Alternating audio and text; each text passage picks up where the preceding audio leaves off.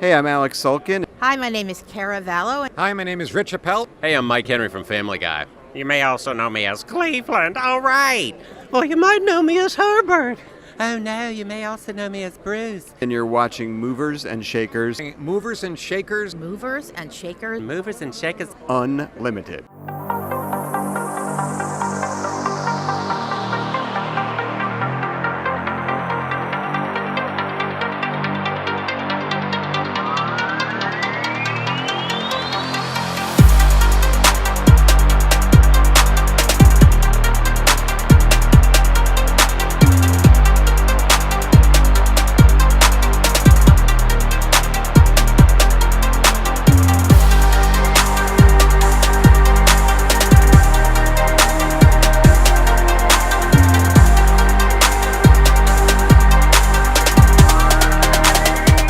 Here we are, day 3 of New York Comic Con. How's it been treating you?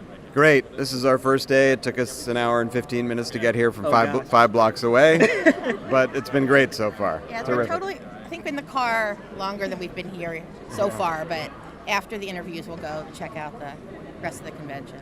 We're kind of an entitled, whiny group of people, just so you know. We were in a chauffeur-driven van. It was air-conditioned. It was lovely. I was on the internet. I had a good time. Awesome. Well, here we are. Family Guy, has been around for quite a while. It's hard to think back. I remember when it first came on the air, and here we are. So can you tell me what it is for you guys that, allows you guys to keep coming back and know that it's still fresh and still provides you with that creative energy to continue? He's good at answering those questions. I still have one kid who's in college, so I have a lot of pressure to... Kara hired Seth back... I didn't really hire him. Well, you knew of his talent Make first. the story better. Yes. Well, we worked at Hanna-Barbera, which was the studio for Cartoon Network, and he was part of they had a contest called What a Cartoon, I think, where you did shorts and you could get an internship and then a job at Hanna-Barbera. And so he was hired there to be a writer on the show Johnny Bravo, and I was the producer. But at some point, so I didn't hire him, but at some point I did recognize him as the most talented writer and recommended he be the story editor, which was the big job there on that show. And I did notice about maybe 6 weeks into working with him that he was a genius. I will say that with all honesty, I did. But I didn't. That's the short version. And I noticed it. I noticed it after the show had been a hit for about 11 years, and I decided to hitch my wagon to his kind of wobbly star, and it's worked.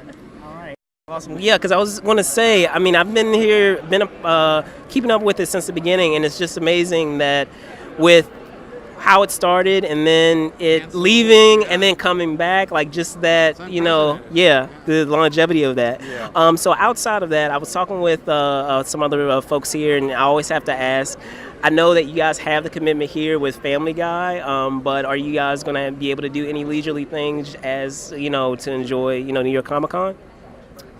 I don't... We're on kind of a tight schedule. They have us Right. kind of running around from room to room. Right. But what would I love to? Yes. Are we going to get the chance to? I don't think so. We have a couple hours after this to get drunk very quickly. We'll try to do that. Other than that, I don't think we've got any plans.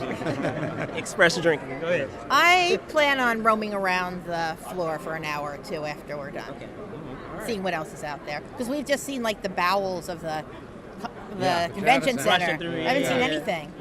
All right.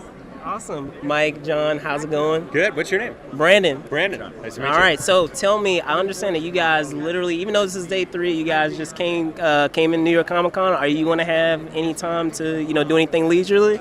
Yeah, we're doing a panel in a little bit, and then try to go hit the floor, and then see who else is out there. My buddy's got some friends on some shows, so we might walk around, check it all out. I spend a lot of time in New York, so I don't like to be leisurely. I like to run around. This is not a town for being leisurely. Hey, fair enough.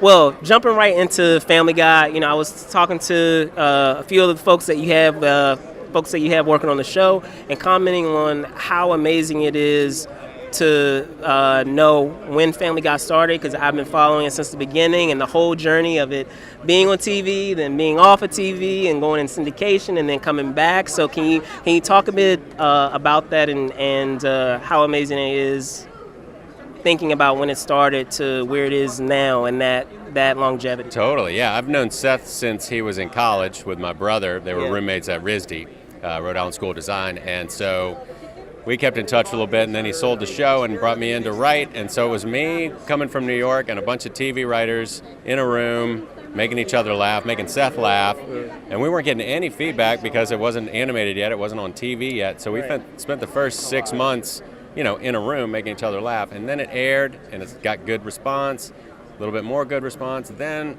there was some politics, it got moved around on the schedule, and then it got canceled because no one could find it and the ratings were terrible. And so we were all looking for jobs, and then when it came back, and as you know, late night TV. Shout out Adult Swim. Shout out. Absolutely. Thank you, Adult Swim. And Adult Swim and the DVD sales, I think. Seth told me some figure. They were supposed to sell maybe 100,000 box sets, and it was 3 million. Yeah. And so Fox was like, So they brought us back and ordered 35 episodes. That's when John started, and we had a lot of new, fresh talent and blood kind of coming into it, and it's just been rocking ever since. And it's amazing. Yeah, I mean, I think it's about pushing the envelope on different characters sometimes, and like especially in the Me Too era that we're in, like Quagmire's less of a character, and we're addressing that, and so he's becoming woke in some way, and we have to sort of grow in that way. And to answer your other question, it's like when you start out, you're the rebel kid, and I came in late, but even then it was sort of like we weren't even supposed to go back on Fox.